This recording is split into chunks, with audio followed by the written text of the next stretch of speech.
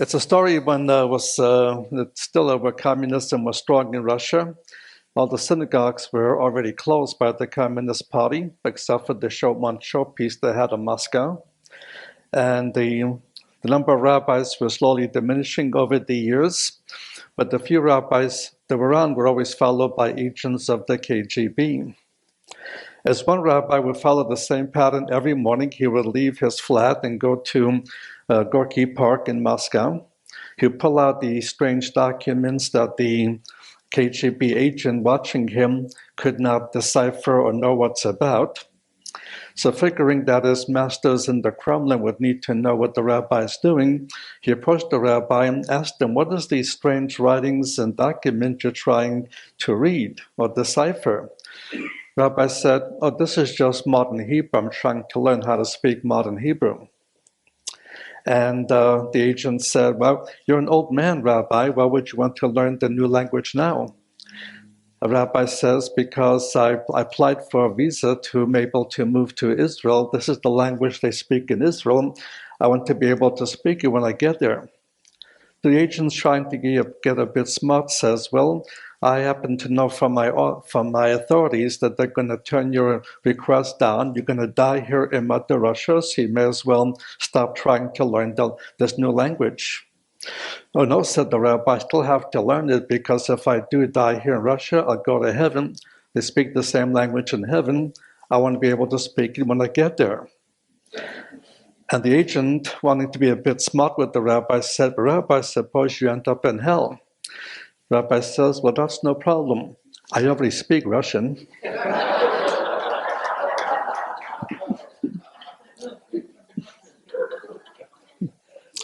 We're going to study this morning on the correlation between the Torah Moshe, or the Torah of Moses, and then the Torah, the Yeshua HaMashiach, the Torah of the Messiah, the law of the Messiah. A lot of confusion in churches today because they have not taken time to see what each law code says. And on your outline, notice I listed three problems with the introductory section, problems of confusion for three areas. First of all, wrong divisions. In some areas, so some groups divide the Mosaic Law into three divisions. There's the ceremonial law, there's the legal law, and the moral law. We are no longer under the ceremonial law or the legal law, but we're still under the moral law. But there was a bit not always clear which commandments are moral and which commandments are not moral. Another division is to separate the 10 commandments from the other 613 commandments. And so we're no longer under 603 of these commandments. We still have to follow the 10 commandments. That sounds pretty good till you get to the Sabbath commandment, then you see a lot of fudging going around. But the fact is that the Mosaic Law has a totality of not 10, but 613 commandments. And when Yeshua spoke about the two most important commandments, love God with your whole being, love your neighbor as yourself, well, those two commandments are not among the 10 commandments, and yet the Messiah clearly said this was the first and most important commandment and the second most important commandment. So people have made these wrong divisions, which the Bible itself never makes.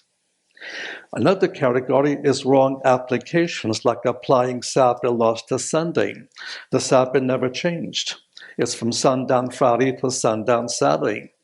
Saturday night is the Sabbath, Saturday. Saturday night is Saturday, but no longer the Sabbath. It ended on Saturday sundown once 3 stars are visible. And we'll come back to that question a bit later. Also, the clothing laws. And because in Deuteronomy chapter 22, a woman should not wear clothing made for a man, and therefore they prohibit women to wear any kind of slacks or pants or so on. And in this, now and then I spoke in the German Russian churches of German Russians that came back after 2 centuries of living in Russia when the communist wall fell down. And when I spoke there, they would not only separate men from the women, but they also had different clothing ways to hang it. I didn't know the difference. I took my coat, it was winter, I was beginning to hang it on a hook, and an elder came up to me, no, these are for women. This is what the men must wear their clothing, or hang their clothing, and so on. But who was wearing trousers or pants at the time the biblical law was given? Guess what? Nobody. Everybody wore robes. The difference between male and female robes, that the male robes were one color, the female robes were multicolored, but nobody wore pants. So if both males and females can wear robes, and the difference is only a matter of color, then there were trousers made for women and there were trousers made for men. The law has nothing to do with them being able to wear pants or trousers and so on. And then there is the dietary code. And what you often find in many of the books now being written about the dietary code, the whole emphasis is God gave these laws for the purpose of health. But God gave those laws only for Jews, so if the issue was health, then that would be the case that God wanted Jews healthy, he wanted Gentiles sick. Obviously, that's not a biblical issue. And you have wrong appropriation. And we shall see it from the text of Scripture. The law code of Moses, that means all 613 commandments, were for the Jews, not for the Gentiles. Furthermore, they were not given for the church. They're given to the people of Israel, the Jewish people. And you have the problem of partial application, where they claim to observe the Torah, but they're actually practicing grace. For example, Jewish people today will often have the Passover at their homes. That's breaking the Torah. The Torah says you'll observe the Passover as well as the Feast of Weeks and the Feast of Tabernacles, where God puts his name. Initially, that was Shiloh. Ultimately, that was Jerusalem. So if you keep Passover at home, you break the Torah. You have to keep it in Jerusalem. And among Ashkenazi Jews, instead of serving lamb for Passover, they serve chicken. Even among Messianic Jews, they continue that rabbinic process. They eat chicken and not lamb. But the reason for the lamb is because he was the Lamb of God that takes away the sins of the world. Nobody ever called the Messiah the chicken of God, the Lamb of God. And furthermore, before you invite a Gentile to your Passover table, you have to first check if that Gentile was circumcised. That's the law of Moses. Thank God I don't have to check that anymore. Because I don't work under the Mosaic Law, I work under the Messianic Law, as we shall see as we move through it. Let's begin with Roman numeral 1, the law of Moses. It begins in Exodus chapter 20, verse 1, and it continues through all of the book of Exodus and Leviticus and Numbers and the first 28 chapters of the book of Deuteronomy. So if you don't mind, we'll dispense with the reading of the whole Mosaic Law. But let's make clear to whom the Torah of Moses was given, because you got different groups teaching today. Gentiles also are obligated to keep the Mosaic Law, though they adjust the Mosaic Law to make it somehow fit. But to whom was the law actually given? Not to Gentiles, not to the church, but severally to Israel. So turn to the book of Exodus chapter 19. Exodus chapter 19.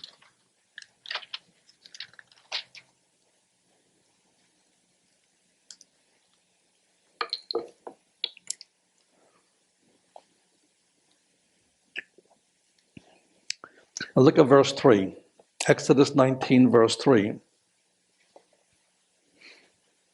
And Moses went up unto God, and Jehovah called unto him out of the mountain, saying, Thus shall you say to the house of Jacob, and tell the children of Israel, You have seen what I did unto the Egyptians, how I bore you on eagle's wings, and brought you unto myself. Now therefore, if you will obey my voice indeed, and keep my covenant, then you shall be mine own possession from among all peoples, for all the earth is mine. You shall be unto me a kingdom of priests and a holy nation. These are the words which you shall speak unto the children of Israel. So notice the law about to be given, which will begin to be spelled out in chapter 20, is addressed to the people he just brought out of Egypt. And that was the Jewish people. He did not bring the Seventh-day Adventist church out of Egypt. He brought the Jewish people out of Egypt, and so this body of law was to be kept by the Jewish people. The Gentiles were still operating under the laws of the Adamic covenant and the laws of the Noahic covenant, but the Mosaic covenant was given to one ethnic identity, and that is the Jewish people. And so the content of the Mosaic covenant is the Mosaic Law. Now, some other examples. Look at the book of Deuteronomy chapter 4. The book of Deuteronomy chapter 4.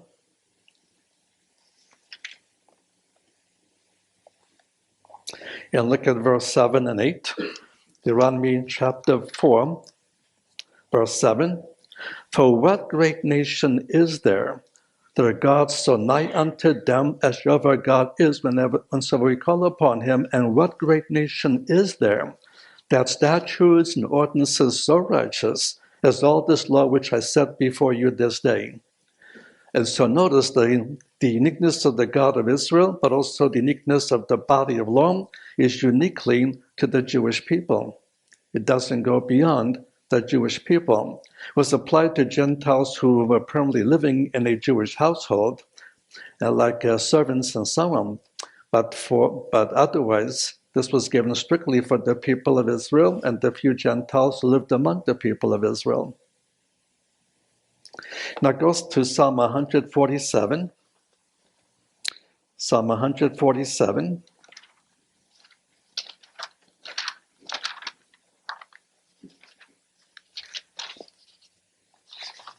Now look at verse 19. He shows his word unto Jacob, his statutes and his ordinances unto Israel. And notice the next verse. He has not dealt so with any nation, and for his ordinances they have not known them.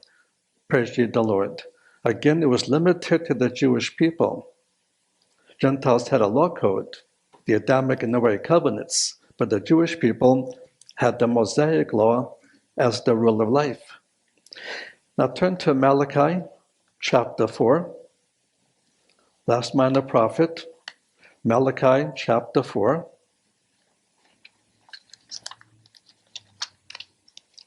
And look at verse 4, Malachi chapter 4, verse 4.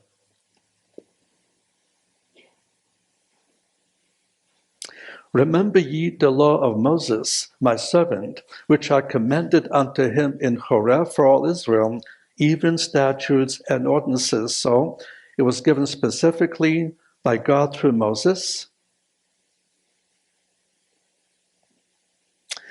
And then verse 5, behold, I send you Elijah the prophet before the great and terrible day of Jehovah.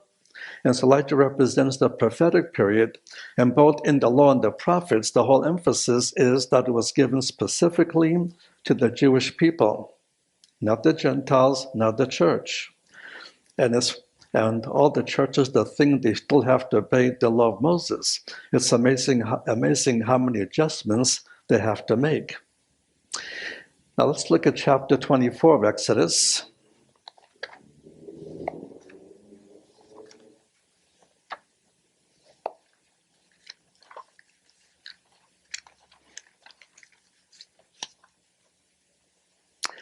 In Exodus chapter 24, verses 1 through 11, you have the signing and the sealing of the Mosaic covenant containing the Mosaic Law.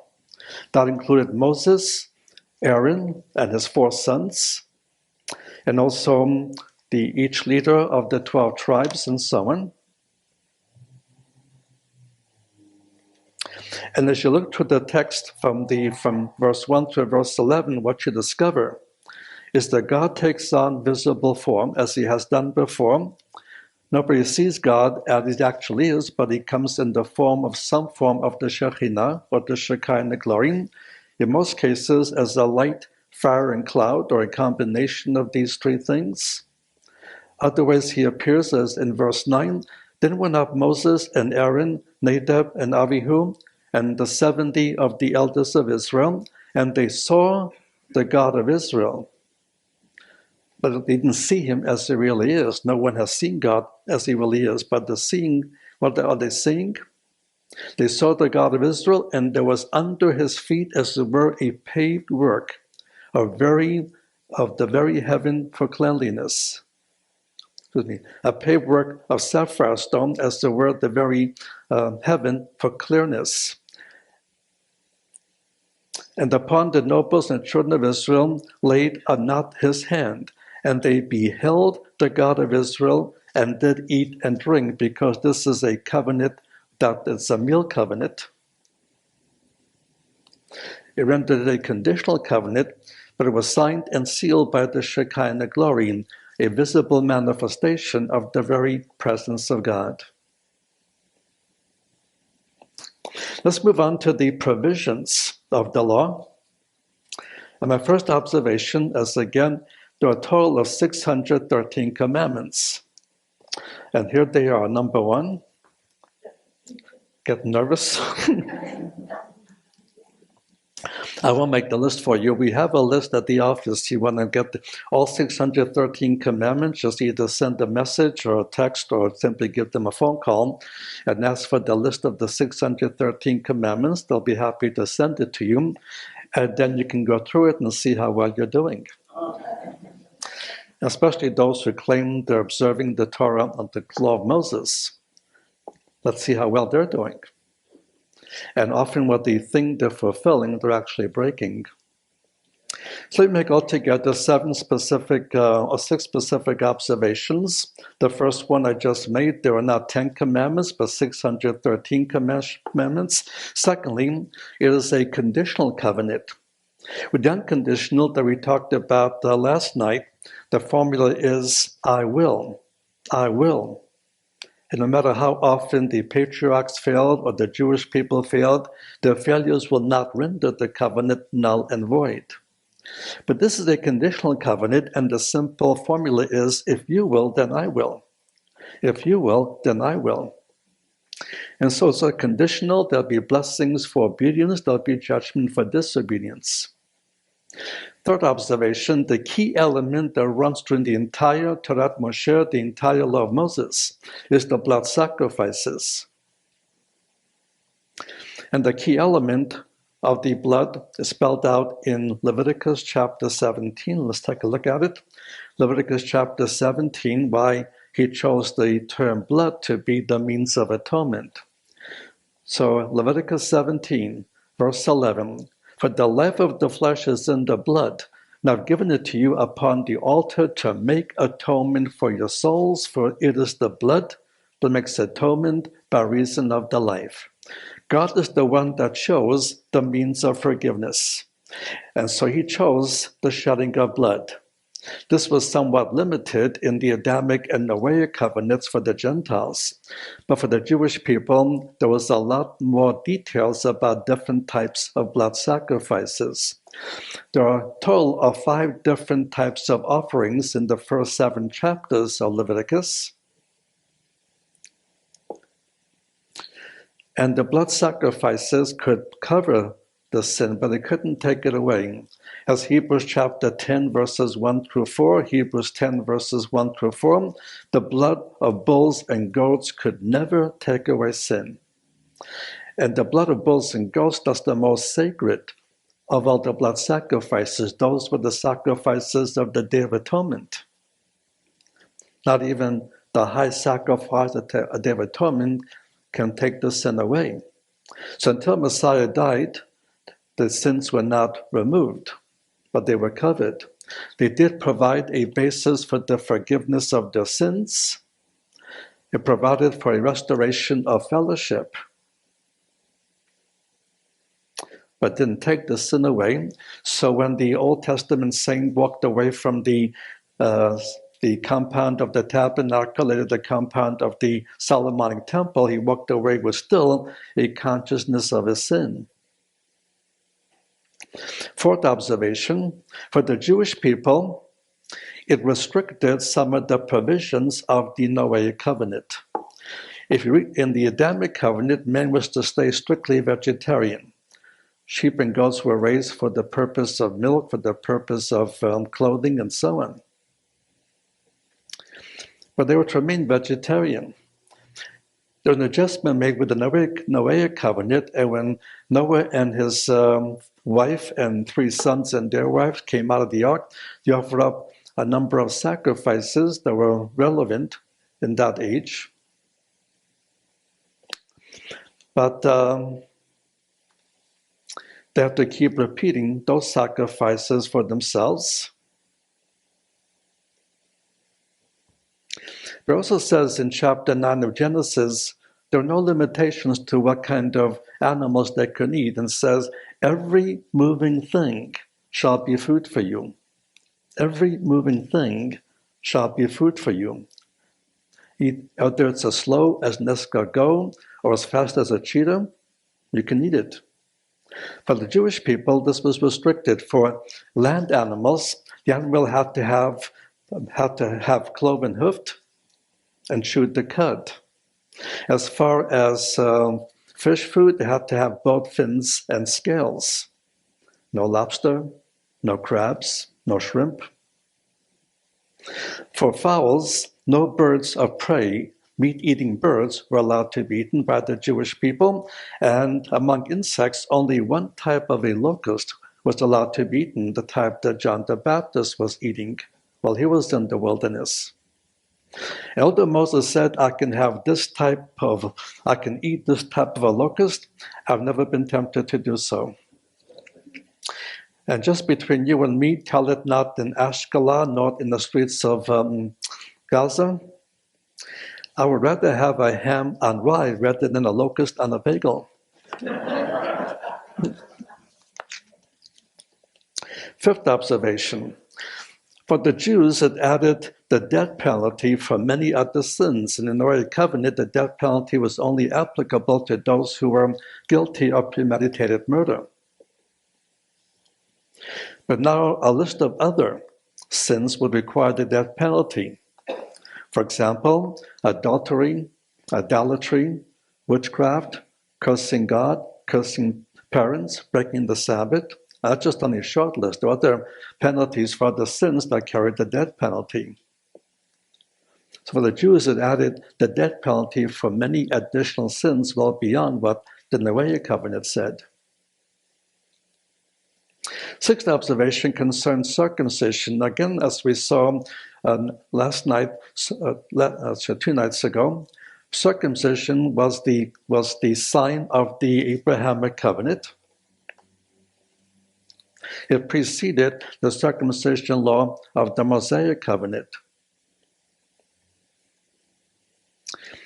When circumcision was also inaugurated in the Mosaic covenant, it was not only a sign of Jewishness or Jewish identity, it was the means of submission to the law. And so when Gentile wanted to convert to Mosaic Judaism, the males would have to undergo circumcision. And that's why Paul, writing to the Galatians, warned them, if you submit to circumcision, that would not only obligate you to fulfill that one commandment of the Mosaic Law, you have to keep all 613 commandments of the Mosaic Law, which are applicable to you.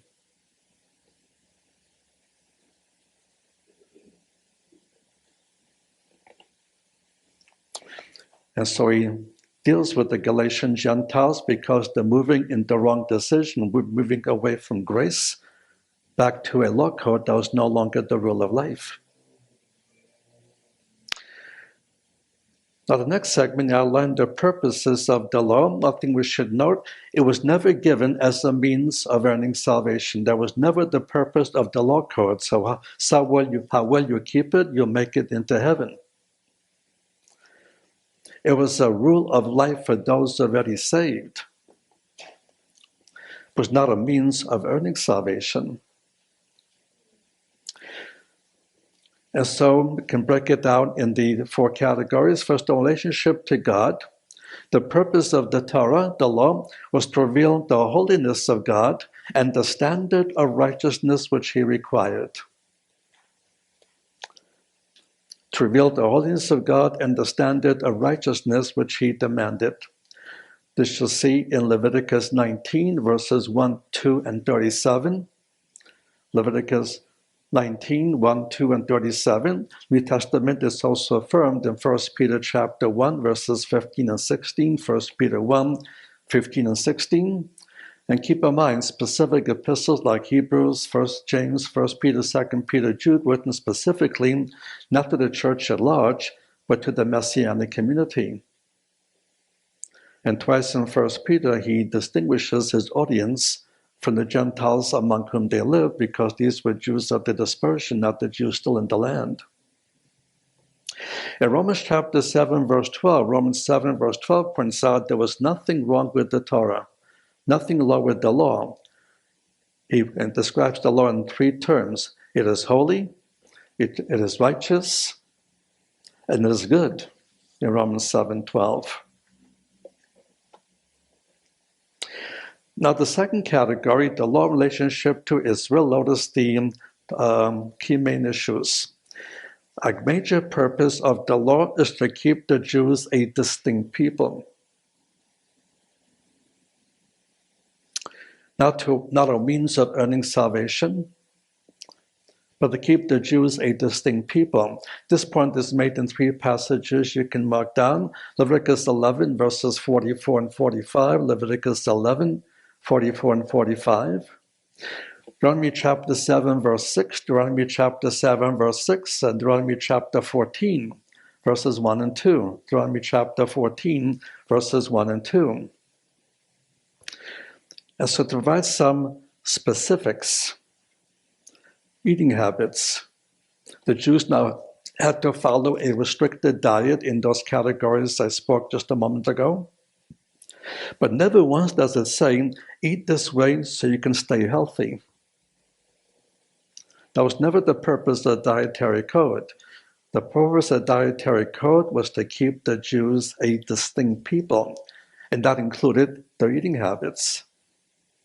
Secondly, that in their outward appearance, they were not allowed to shave their beards. You have to wear a beard. And furthermore, the beard could not be rounded like mine is, had to be cornered. If you look at real Orthodox Jews, they have these cornered beards, because that's what the Torah says.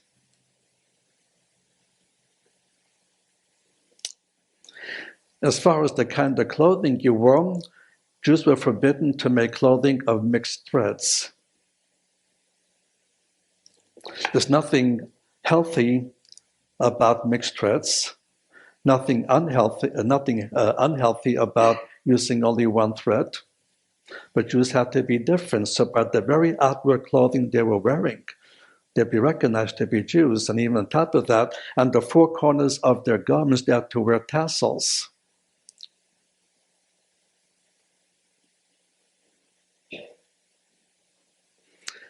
And again, that will further recognize one to be a Jew.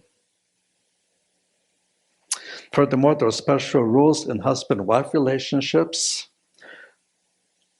What times they can have sexual union, what times would have been prohibited. And also in various daily habits,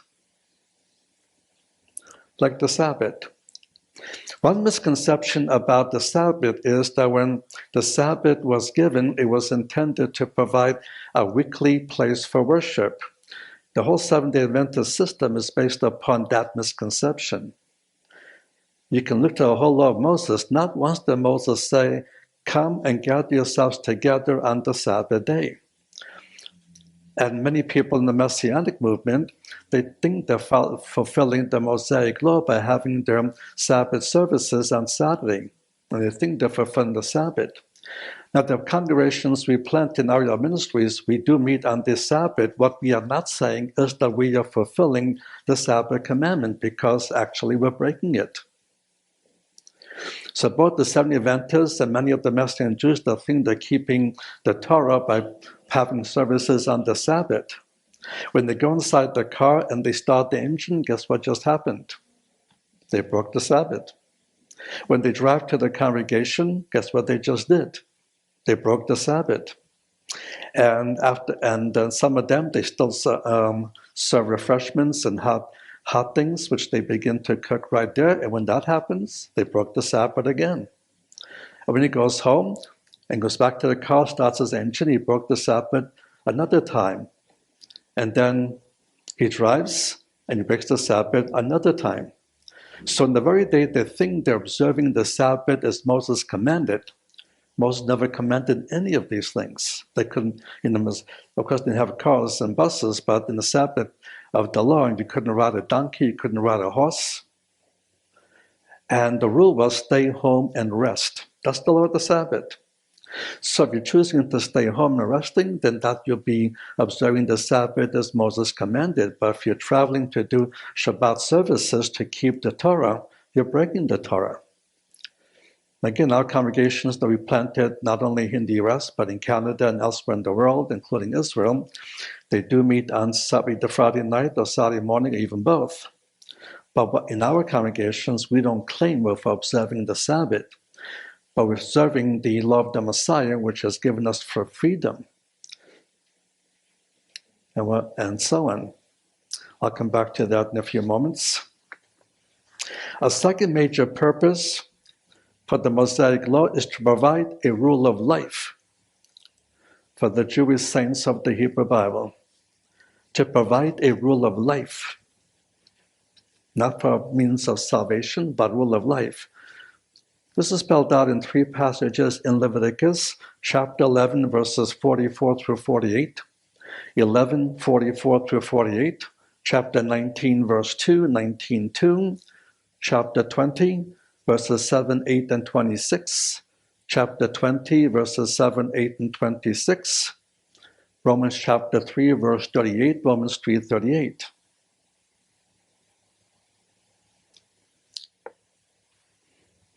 And the third reason for the law in relationship to Israel, to provide for Israel occasions for both individual and corporate worship. So different days, like the Sabbath day when they stay home and rest, that would be for individual worship. But for corporate worship, that was commanded only 3 times a year in the Leviticus chapter 23. Leviticus 23. Because corporate worship had to be wherever the tabernacle or temple stood, so again it began in Shiloh, then moved to Jerusalem. So the Feast of Passover cannot be practiced outside Jerusalem. The Feast of Weeks cannot be practiced outside Jerusalem. The Feast of Tabernacles cannot be practiced outside Jerusalem. You always have to go to Jerusalem. New Testament, you read of Joseph and Miriam or Mary, and specifies in keeping the law of Moses, they went to Jerusalem every Sabbath, every Passover. That was the law code. But the Sabbath was not a day of corporate worship.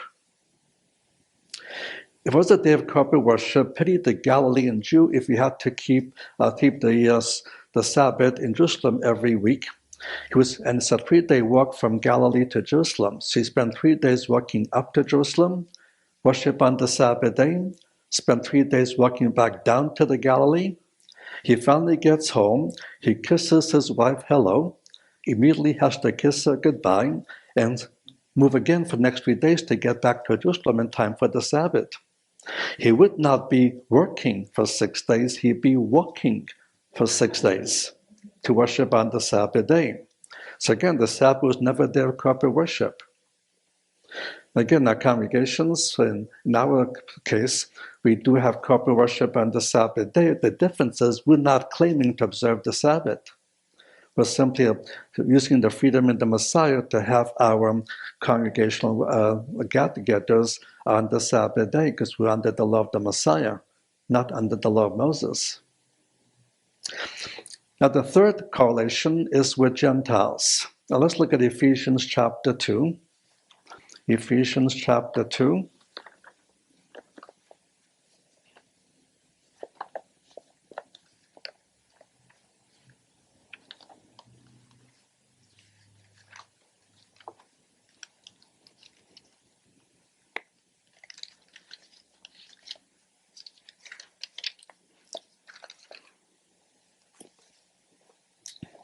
Verse 11. Wherefore remember that once ye the Gentiles in the flesh, who are called uncircumcision by that which is called circumcision in the flesh made by hands, that you at that time separated from Messiah, alienated from the commonwealth of Israel, and strangers from the covenants of the promise, having no hope and without God in the world. But now in Messiah Yeshua, ye that once far off are made nigh in the blood of Messiah, for he is our peace, who made both one and broke down the middle wall of partition, having abolished in his flesh the enmity, even the law of commandments contained in ordinances, that he might create in himself of the two one new man. And so making peace, and might reconcile them both into one body unto God through the cross, having slain the enmity thereby. And what Paul begins in this paragraph is to point out that there are two ethnic groups, Jews and Gentiles. And the uniqueness of the Jewish identity is that they were operating under the four unconditional eternal covenants that we talked about on Friday evening. And notice the word covenant is in the plural in verse 12 because he's dealing with these four unconditional covenants, the Abrahamic, the land, Davidic, and new covenants. And God's blessings are mediated by means of these four covenants. And they had both physical blessings and spiritual blessings. And while the physical blessings, like the blessing of the land, was limited for the Jewish people, the spiritual blessings were to extend to the Gentiles. Already as early as Genesis chapter 12, verse 3, Genesis 12:3, in you shall all the families of the earth be blessed. He also points out God also made another covenant, which was conditional and temporary, and that was the Mosaic covenant, which contained the 613 commandments of the Mosaic Law, and was to serve as a partition notice, to keep Gentiles as Gentiles away from enjoying the spiritual blessings of the Jewish covenants. Again, it didn't hinder from them being saved, and what they had to believe to be saved. But as far as receiving the spiritual blessings of the Jewish covenants, they were not able to attain it except by converting to Mosaic Judaism. And that meant undergoing circumcision for the males and also undergoing the requirement to live like any Jew would live under the Torah, under the law. That was the requirement. So very few Gentiles converted. So Gentiles were essentially two things he points out. Number one, they were strangers to the covenants, could not participate in the spiritual blessings, and furthermore, they were too far away, far off, to enjoy the blessings. But then when Messiah died, he points out he broke down this middle wall of partition. And now Gentiles as Gentiles can become members of the body with Messianic Jews. So in verse 15, the Jewish believers, the Gentile believers all become one part of the body.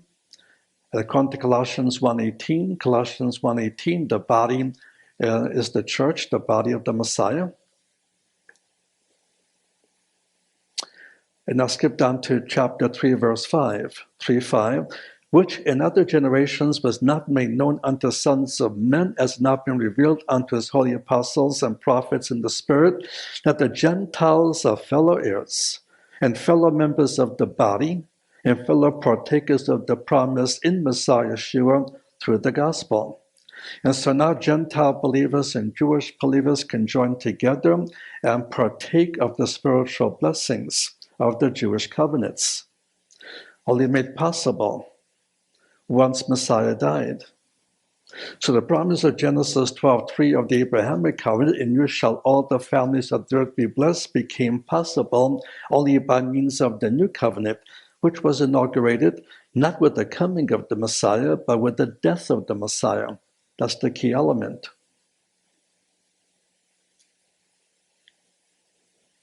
And the fourth category of the purposes of the Torah, that has to do with relationship to sin. Let's now go to Romans chapter 7.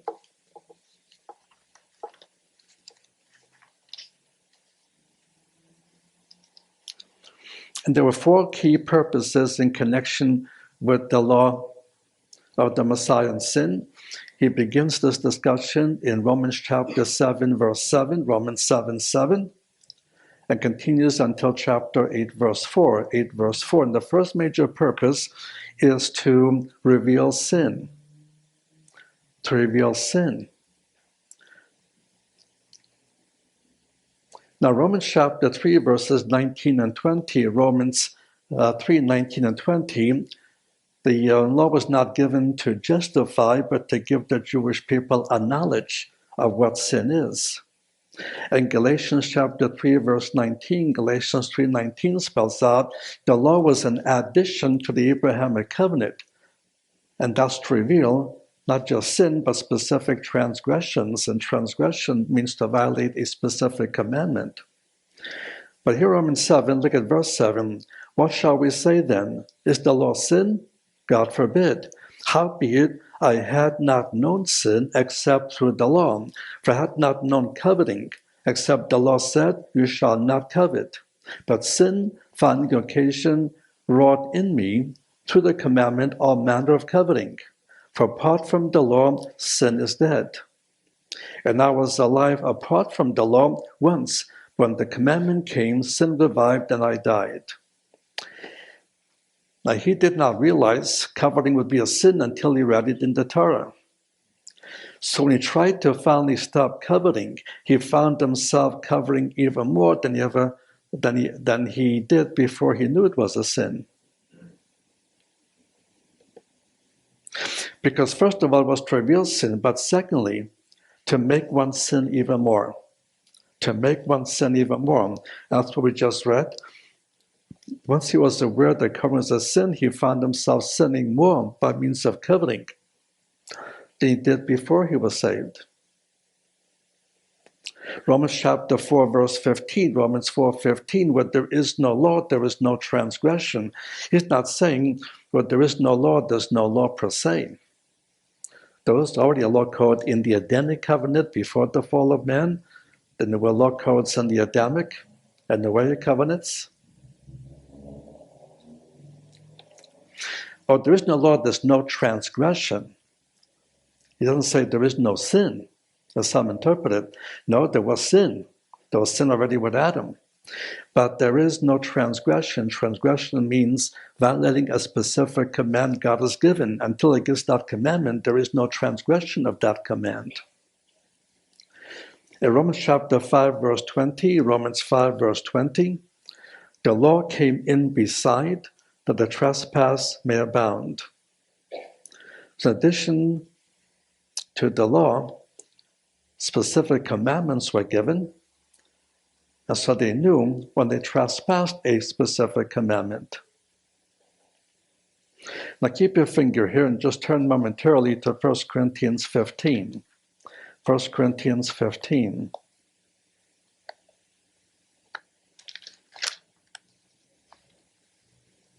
Now look at verse 56. 1 Corinthians 15, 56. The sting of death is sin, and the part of sin is the law. The power of sin is the law. Now, the issue is our sin nature. Our sin nature needs a law code that it can operate against. So when there is no law given, there's no pull to violate a non-given rule. But once a law is given, and the sin nature has a base of operation, the Mosaic Law was given in the verses 8 through 11 of chapter 7 here. The sin nature now has a base of operation. So the law says, you shall not. The sin nature says, oh, yes, I will. And if the law code says you will, the sin nature can say, oh, no, I won't. It now has a base of operation to cause us to sin even more. So number one, to reveal what sin is. And now also, it provides the sin nature to cause us to sin even more. So the third principle in chapter 7, verses 12 to 25, chapter 7, verses 12 to 25, to finally to cause the Jew to realize there's nothing he can do that would commend him to God. There's no act he can perform that will please God, and therefore he will earn eternal life. And finally, in Romans chapter 8, verses 1 through 4, to lead us to faith, because it is coming to faith that will finally result in salvation. And it is not law, but faith that brings us the means of salvation. So verse 1, the verse of chapter 8, there is therefore now no condemnation them that are in Messiah Yeshua, for the law of the Spirit of life in Messiah Yeshua made me free from the law of sin and death. For what the law could not do, in that it was weak through the flesh, God sending his own Son in the likeness of sinful flesh, and for sin condemned sin in the flesh, that the ordinances of the law might be fulfilled in us who walk not after the flesh, but after the Spirit. So once we actually identify with the gospel message, that finally gives us to live that kind of life, because part of the equation is that only then does the Holy Spirit indwell us. And the Holy Spirit in us, working with our newborn human spirit, our reborn human spirit, that we can live a righteous life. We never reach full righteous perfection. Now and then I do meet people that claim they've reached sinless perfection, and my response usually is, can I please talk to your wife? But in our early years, we'll let it slip more often, but as we mature in the faith, we should be slipping less and less as we become more and more conformed to the image of the Son. And now look at Galatians chapter 3.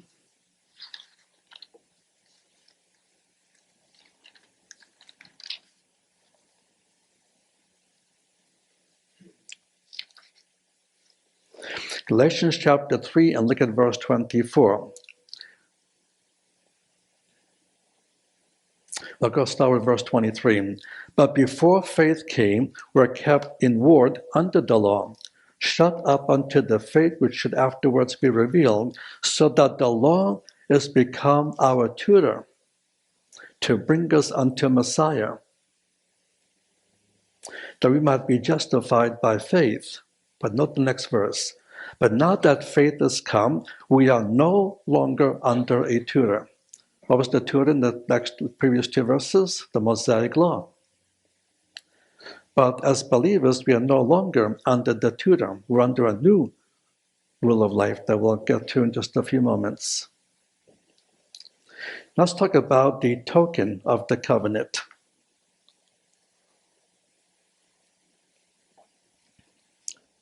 Circumcision was the token of the Abrahamic covenant, the rainbow, the token of the Noahic covenant, but the token of the Mosaic covenant is the Sabbath. And let's look at Exodus chapter 31.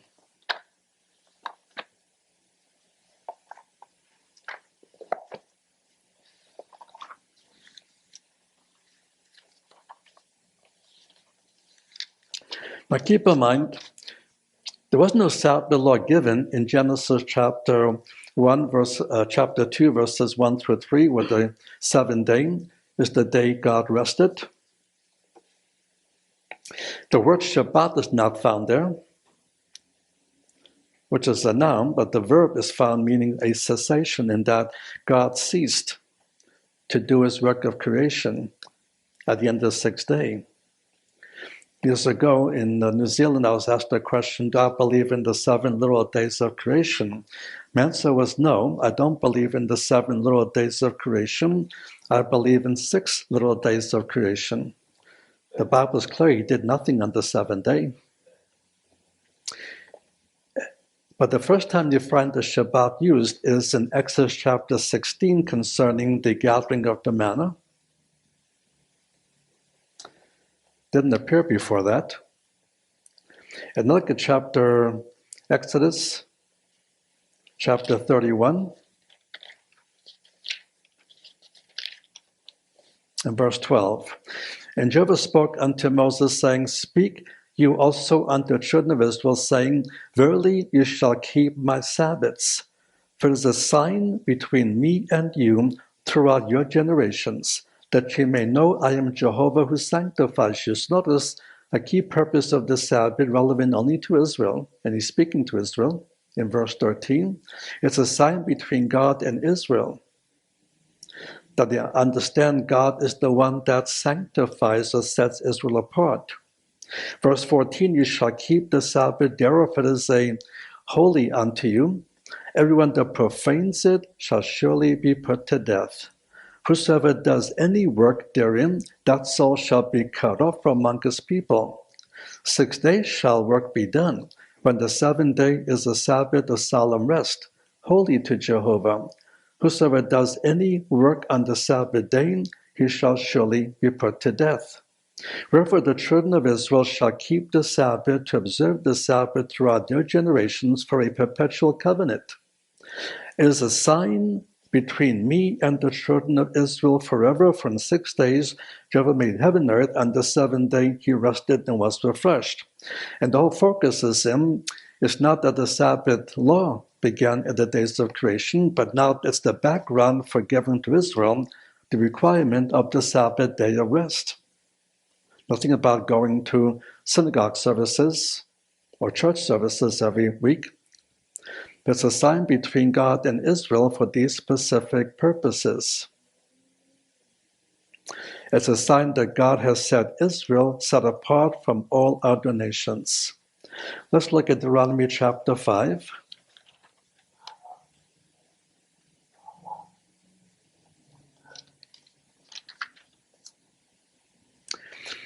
Here you see a listing of the Ten Commandments as was given earlier in the book of Exodus chapter 20, but he words a bit differently when he talks about the Sabbath day. In chapter 20 of Exodus, he says, remember the Sabbath day. Why remember? Because they already got the first Sabbath law commandment only 4 chapters earlier, in chapter 16 of the book of Deuteronomy. In the book of Exodus, rather. But there's no previous list of the Sabbath, of the Ten Commandments. And so notice he changes the wording of the Sabbath commandment in verse 12 of Deuteronomy chapter 5. Observe the Sabbath day to keep it holy, as Jehovah your God commanded you. Observe it, because it was not mentioned previously in the book of Deuteronomy. 6 days shall you labor and do all your work, but the seventh day is a Sabbath unto Jehovah your God, and in it you shall not do any work, not you, nor your son, nor your daughter, nor the male servant, nor your maidservant, nor your ox, nor your donkey, nor any of the cattle, nor your stranger that is within your gates, that the manservant and the maidservant shall rest as well as you. And you shall remember that you were a servant in the land of Egypt, and Jehovah your God brought you out from thence by a mighty hand, but not stretched arm, and therefore Jehovah your God commanded you to keep the Sabbath day. So notice they were to observe the Sabbath day as a point of remembrance that God brought Israel out of Egypt. He did not bring the Seventh-day Adventist Church out of Egypt. He brought Israel out of Egypt. And that should be a point of remembrance. And the rule of resting includes not only all the people living in a Jewish household, but also the animals like the horse and the donkey. Don't ride them. You also mark down Ezekiel chapter 20, verses 10 through 12. Ezekiel 20, verses 10 through 12. It's a sign of Israel setting apart. It's also a sign of the memorial of the Exodus. And in chapter 20, verse 20 of Ezekiel 20:20, a sign that Jehovah is Israel's God. And so the Sabbath was the token specifically of the Mosaic covenant that contained the Mosaic Law. A second observation, the Sabbath was not a creation ordinance.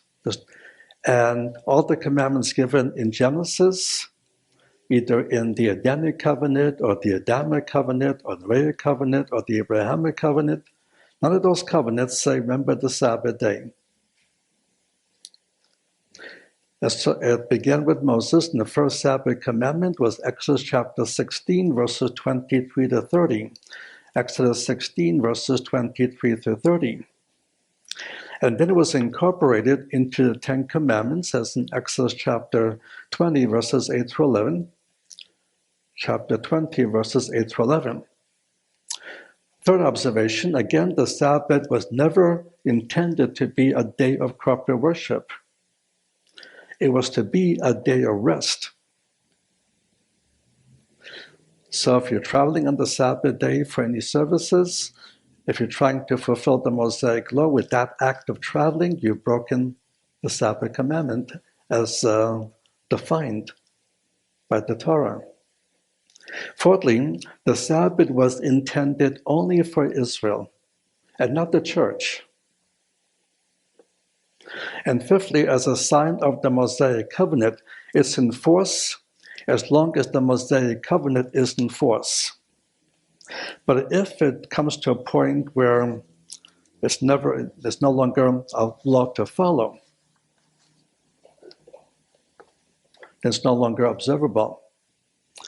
But it's in force as long as the law is in force. The law was in force not until just the coming of the Messiah, but until the death of the Messiah, it was fully in force. Let's talk about the capital E, the unity of the law. We should keep in mind that the law with 613 commandments is viewed as one unit. And so both the Hebrew word Torah is singular and the Greek word nomos is also singular. And so James chapter 2, verse 10, James 2:10 declares, to break even one commandment is to break the whole law. As the point is, the law is one unit. And we have these people making 2 divisions, 3 divisions, but the text of Scripture never divides it in 2 parts or 3 parts. It's always viewed as one law code. It's either all in or it's all out. So failure to recognize this principle about unity of the law, it is inconsistent to claim to practice the law when they in reality are practicing grace, not law. The next point is crucial. The law has been rendered inoperative. The key Greek word is katargeo, K-A-T-A-R-G-E-O, K-A-T-A-R-G-E-O, katargeo. It means to render inoperative. Let's quickly look at some key passages and look at Romans chapter 7.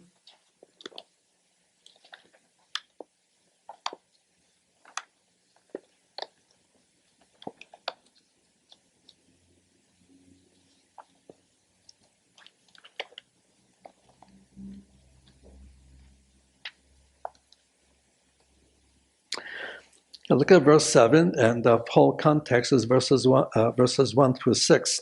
Let's pick up in verse 5. When we were in the flesh, the sinful passions were through the law wrought in our members to bring forth fruit unto death. But now we have been discharged from the law, having died to wherein we were held, so that we serve in newness of the Spirit and not in oldness of the letter. You should always pay attention to Paul's pronouns. Using the first pronoun plural, he's referring to himself and other Jewish believers. The law was never given to the Gentiles. And therefore it is the Jewish people who are now believers, who are messianic, that they have been discharged from the law.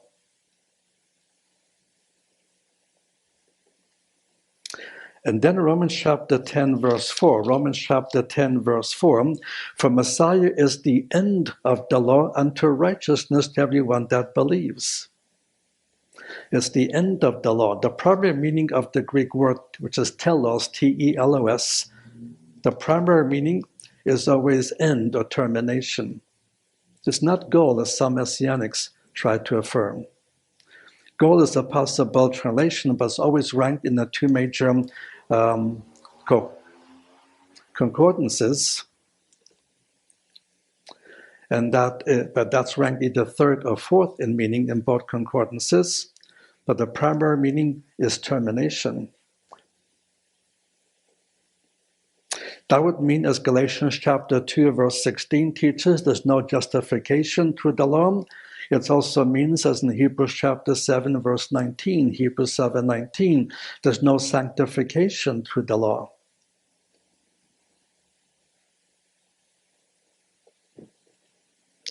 Now turn to Galatians chapter 3.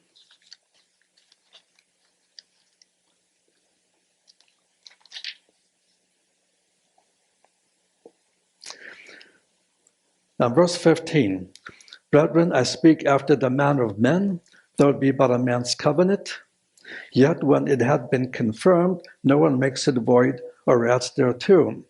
Now to Abraham were the promises spoken, and to his seed. He said not into seeds, as of many, but as to one, and in your seed, which is Messiah.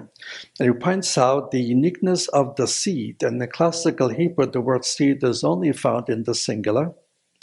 And it could either be a collective singular, meaning many, or a singular singular, absolute singular, meaning one. And so in the case of the passage he's referring to, it's an absolute singular, and the seed is going to be the Messiah. And so since the Abrahamic covenant is already given, what would be the purpose of the law? Look at verse 19. What then is the law? It was added because of transgression until the seed should come, to whom the promise had been made. And it was ordained through angels by the hand of a mediator.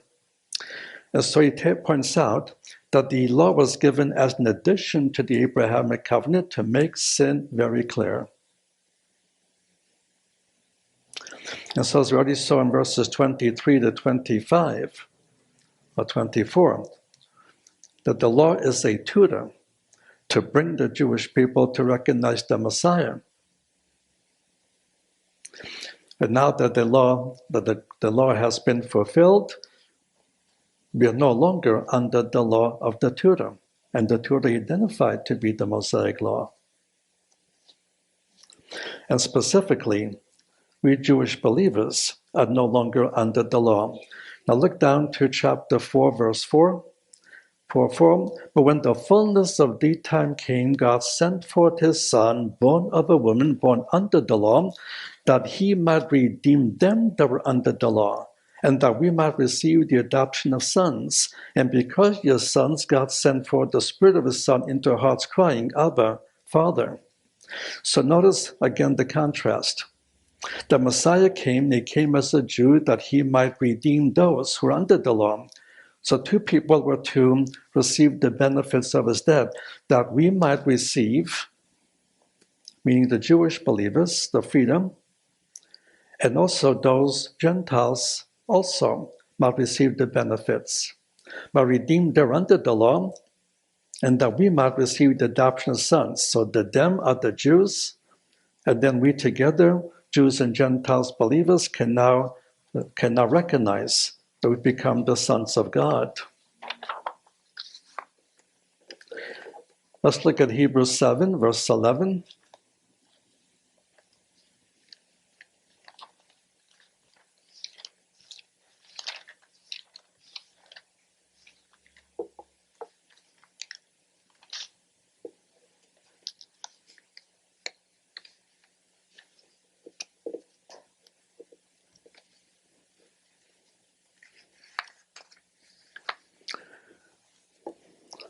Chapter 7, verse 11.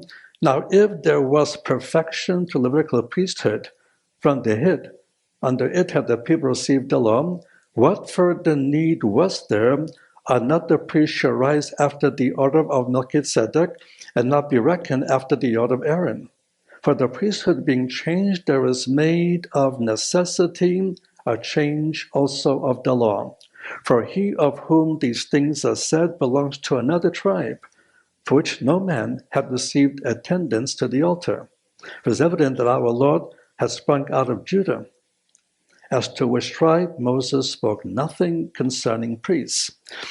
And since already there was a prophecy in Psalm 110 verse 4, that the Messiah will be a priest after the order of Melchizedek, that already began to predict a termination for the Mosaic Law, because the Mosaic Law would only allow a Levitical priesthood to function. But the Messiah would never have qualified to be a Levitical priest because he was of the Judean tribe and not of the Levitical tribe. And therefore, for the Messiah to be a priest with the order of Melchizedek, there would have to be a change also of the law.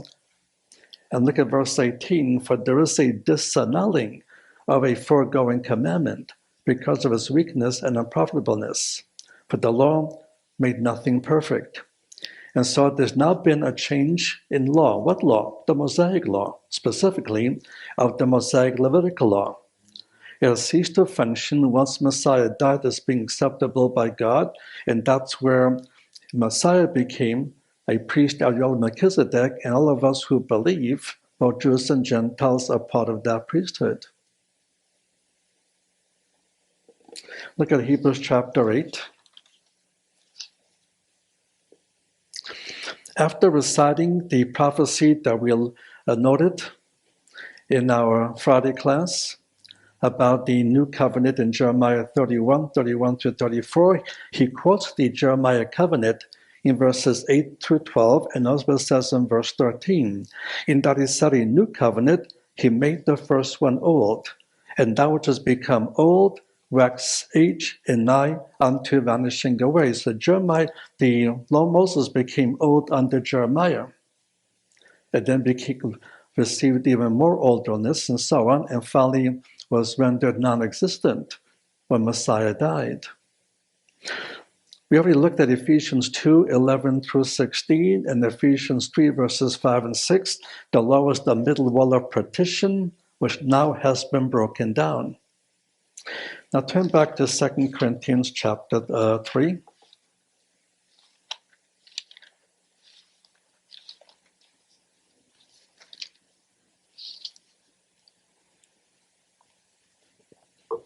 The entire context is chapter 3, verses 2 through 11.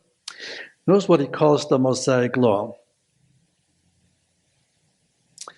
In verse 7, it was a ministration of death. And in verse 9, it was a ministration of condemnation. The Mosaic Law was still the operating rule of life. It was still being a ministration of death and a ministration of condemnation. Now, he focuses specifically on the Ten Commandments that most people want to hang on to, because he points out it was the commandments engraven into stone in verse 3, and only 10 of the 613 were engraven into stone as sort of a Bill of Rights type thing, but the whole law is 613 commandments. But even the 10 commandments then would fall under the administration of death, administration of condemnation. And twice he uses the word katergeo, to render an operative, in verse 7 and verse 11. In verse 7 and verse 11, which would in this context would include the 10 commandments. So even the 10 commandments have been rendered inoperative. And we are no longer under law, but under grace. And this is stated in Romans chapter 6, verse 14, 6:14, chapter 7, verse 4 and verse 6, Romans 7, verse 4 and verse 6, Galatians 5, verse 18, Galatians 5, verse 18. Now turn back to Matthew. There's one passage people keep insisting is operative.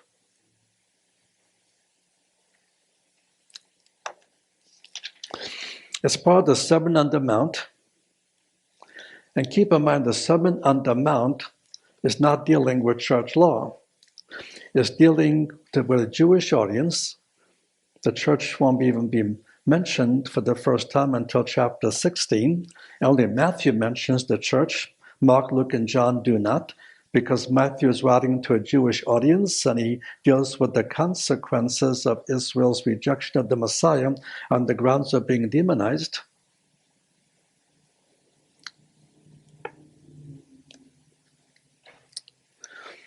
And therefore, that's what the Sermon on the Mount actually is. It's the interpretation of the Mosaic rule of life.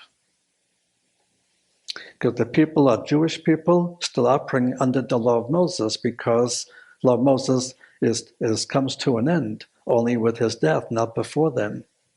So verse 17, think not that I came to destroy the law and the prophets, did not come to destroy, but to fulfill. And since they came to fulfill the law, not to destroy it, it means it continues to be operative.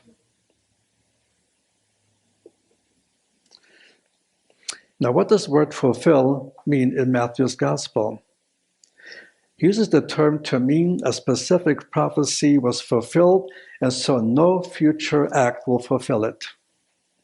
A specific prophecy has been fulfilled, so no other future act will be able to fulfill it.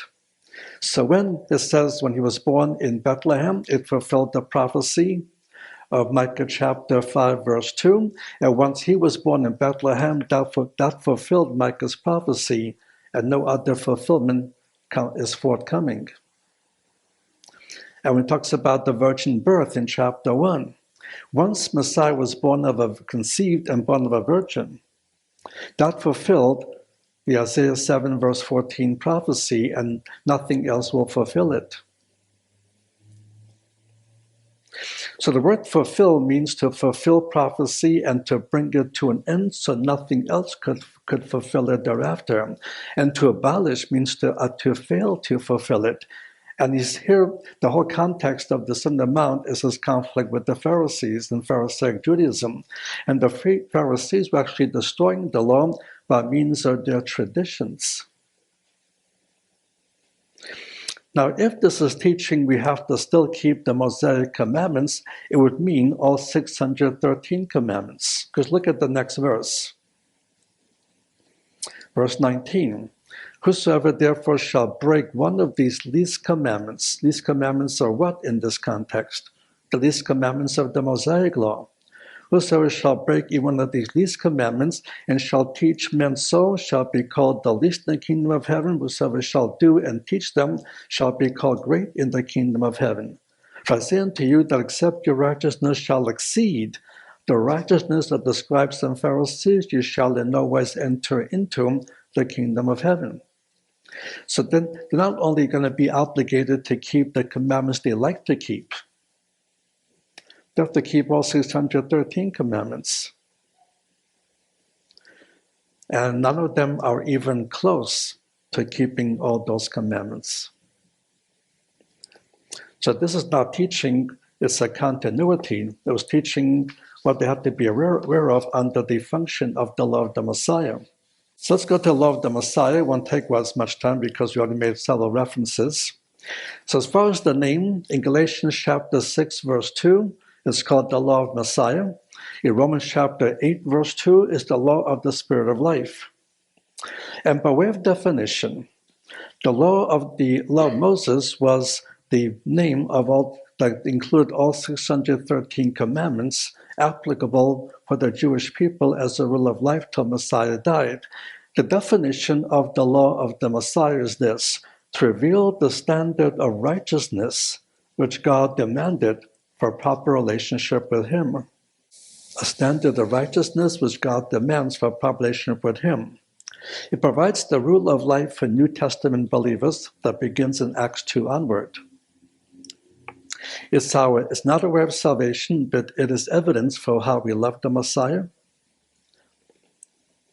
It's to keep, the law was given to the Jews to keep the Jews a distinct people. It's given to us, the law of the Messiah, to provide a distinction from the world. We are distinct from the way the world is thinking.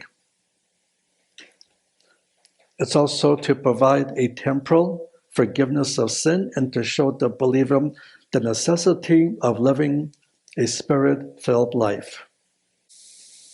Now, among the provisions, and again, no one's bothered to count them, but let me make 4 observations. Number 1, many commandments of the law of the Messiah are also true of the law of Moses.